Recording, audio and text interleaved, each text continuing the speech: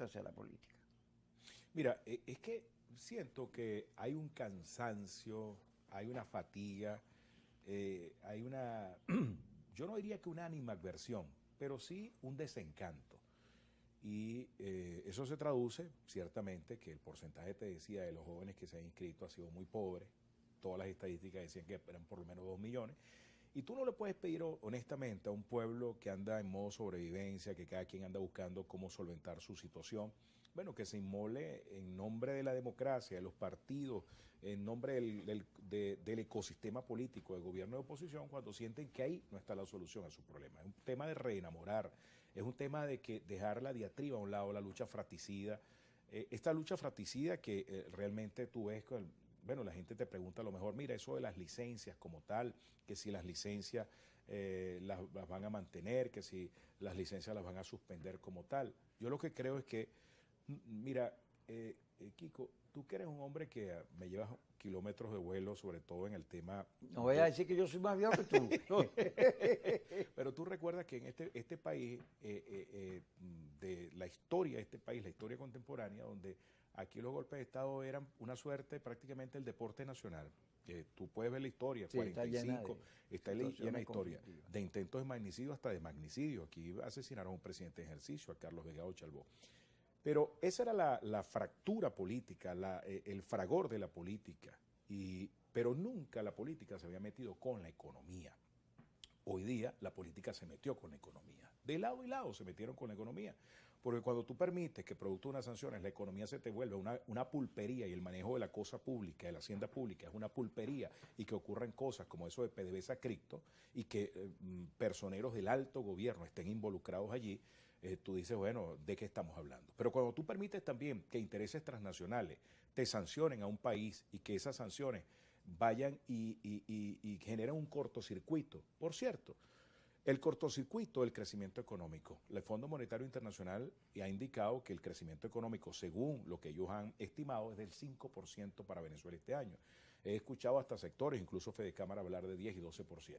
Ahora, unas acciones de ese tipo, de implementar o reimplementar o reforzar sanciones, lo que genera es un cortocircuito ese crecimiento económico. Pero también un crecimiento económico, Kiko, que mucha gente se pregunta, ¿y eso se traduce? ¿Lo veo en mi bolsillo? Bueno, lo vemos en la economía, pero no lo vemos.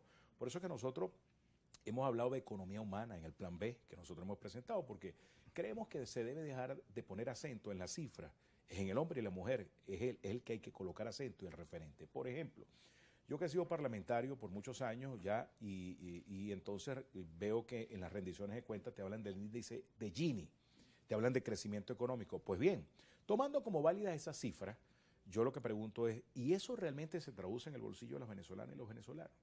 Eso se traduce allí. Por eso es que nosotros tenemos que comenzar a revisar y a plantear temas tabú.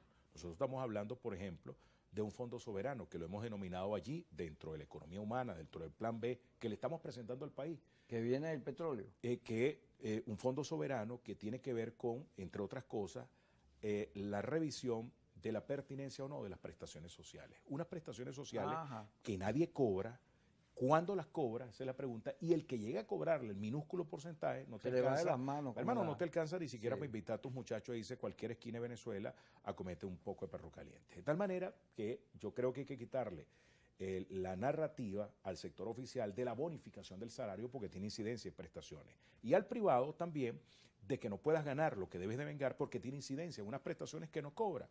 Yo creo que el venezolano tiene que ir, estoy convencido que tiene que ir a ganar $1.000 mensuales a un fondo soberano de pensiones Simón Bolívar, un fondo que pueda emular, si no copiar, emular al Fondo Soberano de Pensiones noruego, por ejemplo, donde haya una inversión inicial, que nos preparemos además en época de vacas gordas para época de vacas flacas, pero que gastemos menos en época de vacas gordas y mucho más en época de vacas flacas, porque yo quiero un país donde tú a los 60 años no tengas que estar dando trancazos por allí y por allá, que tengas $700 mensuales de tu pensión, que el ama de casa, porque hay pensiones contributivas y no contributivas, bueno, lo acompañemos con una ley de pensiones universales no contributivas, pensiones para la ama de casa. Eso sí es pensar en el país. Yo lo que creo es que hay que salir de la diatriba. Ve, fíjate, en estos días hubo en Cuba un alzamiento producto de un paquetico. Aumentaron la gasolina quitaron los bonos y eso causó un efecto terrible. La gente salió a las calles. Claro. Y Díaz-Canel se le fue la cosa de las manos. Tuvo que intervenir Raúl para ponerle control a eso. Pues yo vi unos videos que me llamaron la atención, porque la economía cubana, después de 60 y pico de años, que ha pasado por distintos procesos, pues siempre se negó al tema del capitalismo, del mercado, porque era la revolución. Pero pues 60 años, ¿te acuerdas que Cuba se metió en Angola, tenía tanques, una estructura militar? Bueno, todo eso está deshecho, no hay plata para eso. Entonces, hay que discutir el país y su sentido, porque para hacer todo lo que estás tú señalando, quitar las prestaciones, las utilidades, todas esas cosas, y concentrar un salario y unos bonos y una cosa, tienes que entrar en una filosofía distinta a la que tenía Chávez. El capitalismo es malo. Tienes que meterte en el tema de mercado, no solo en las empresas, cómo hacer que las empresas obtengan los mejores beneficios, facilitarle los negocios, que ya en el gobierno es difícil porque aquí hay cabalas para todo. Tú vas a sacar un permiso para lo que sea y te cobran un realero y hay unos atracadores ahí metidos que ni siquiera tienen el tema país en la cabeza, sino su propio peculio. Tienes que discutir también el mercado como gente que compra. O sea, si la gente no tiene capacidad de compra, no hay mercado. O sea, no son los ricos y los empresarios los únicos que forman parte del tema de la economía, también la gente que consume. Eso en Argentina, bueno, llevó a Milei, que más bien tiene la intención de que todo el que tiene plata es el que hay que ayudar, pero resulta que eso es incompleto, sobre todo en un país como el nuestro, que tiene economía petrolera y la gente siente que eso no, bueno, ahora no le sirve nada al país porque está bloqueada, hubo errores, corrupción, pero el tema país, este país que tenemos, tiene sentido como está.